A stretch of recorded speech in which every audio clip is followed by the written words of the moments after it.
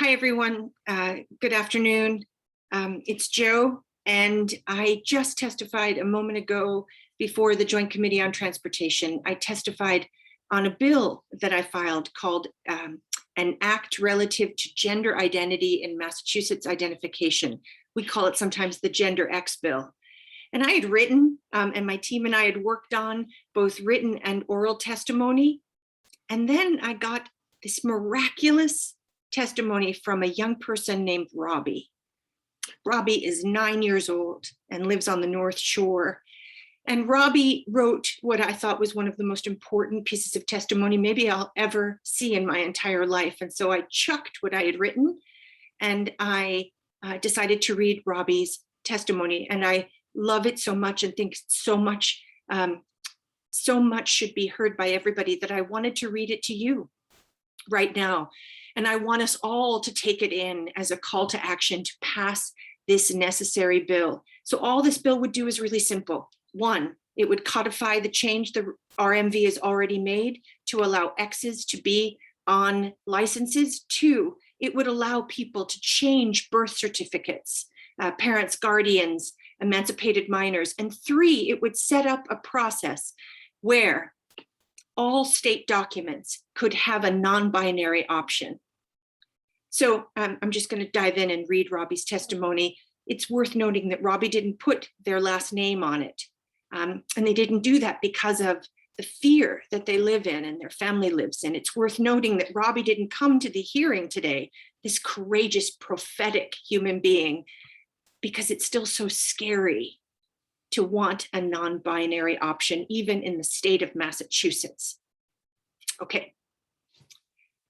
My name is Robbie. I live in the North Shore. And oh my God, I don't know why I'm crying, but I'm just going to power through because you have to hear this. I live in the North Shore of Massachusetts, and with my family, my mom, my dad, my younger siblings, 10 pets, plus a bunch of snails, a dog, a bearded dragon, 5 fish, a frog, and 2 guinea pigs. I'm almost 10 years old. I just finished 4th grade. I will be 10 in July, 14 days from today. I'm writing in support of the bill S.2282. When I was born, people thought I was a boy, but I'm not. For a while, I started wanting to wear dresses, skirts, and choosing pink and purple things. My parents were confused. For a little while, we said I was a transgender girl, but I knew that wasn't right either. But that was the only language we knew. We just immediately assumed that if I was not a boy, I must be a trans girl. So I told my parents I was not a girl. Then my parents and I looked up gender words together on the internet. There were hundreds. We scrolled down. When we got to non-binary and the definition, quote, gender identities that are neither male nor female, end quote, I said, that's me.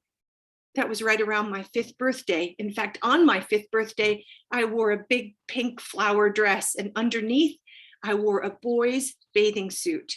My party was at the beach, Robbie writes in parentheses. I believe there is a male and a female, our parts and how we reproduce, how reproduction happens. But I do not believe there are boys and girls or men and women. I once told my mom that she was not a woman. At first, she was confused because she'd always called herself a woman. But then when I explained that if she believed that gender was made up by people, then she could not really believe in men and women.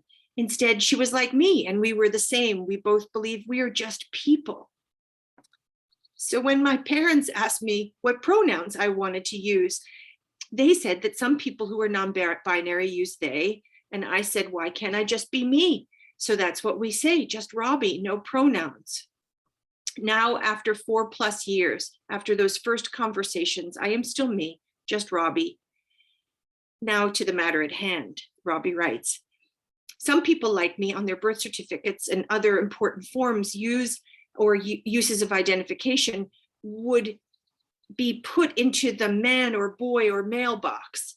But even though I am male, I am not a boy, and those boxes are wrong. Every time I have to choose between 2 genders, I have no place to be, and it makes me feel invisible. This happens to me all the time. There are many times that I am invisible, many times every day. For example, at school, when I was in 2nd grade, we started using a math program called Reflex Math. We do it on iPads. When we first got into it, we had to create an avatar, and the first step was choosing boy or girl.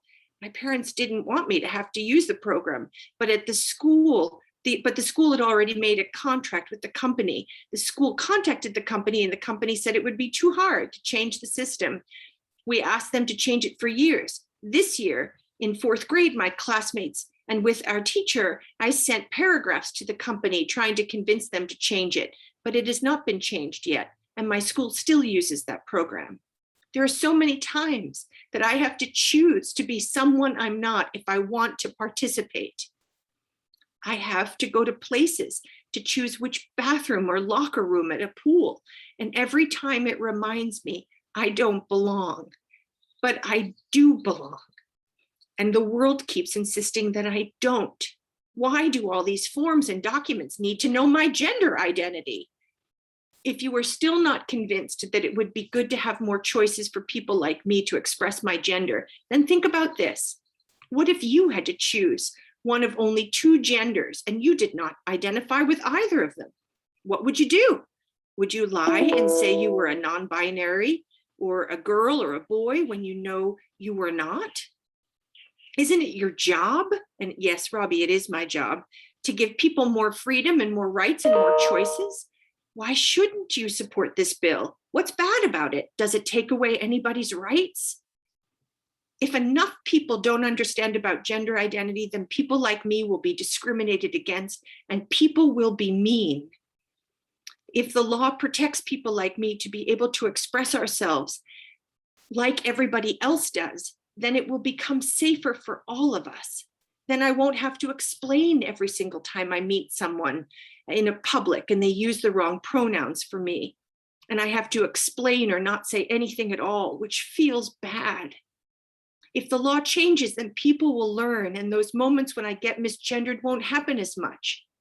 Also, people who did not know that this existed and are struggling or questioning their gender identity will know that they are not alone. This is from a 9-year-old. And that there are other people like me and like them, and then they won't be so sad or depressed. Please pass this bill. So that's what Robbie wrote, and that's what I read at today's Joint Committee on Transportation.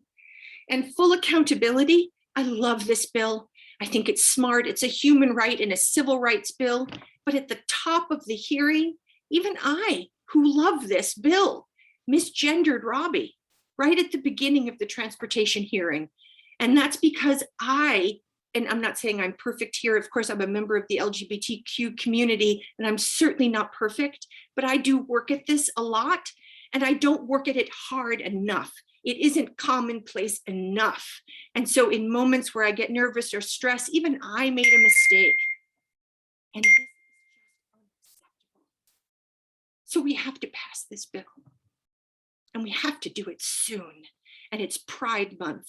And we have to do it while eyes are on our queer community, and we can lift up this non-binary option with love and joy and the knowledge that we've done something important together.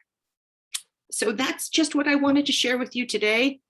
Thank you for listening, and thank you for being part of the advocacy. Remember, the State House doesn't work until people like you make it work. So call your representative, call your senator. If you're my people, hold me accountable to work as hard and smart as my team and I can, and we can, to pass this bill. Thanks for being with me. Thanks for listening.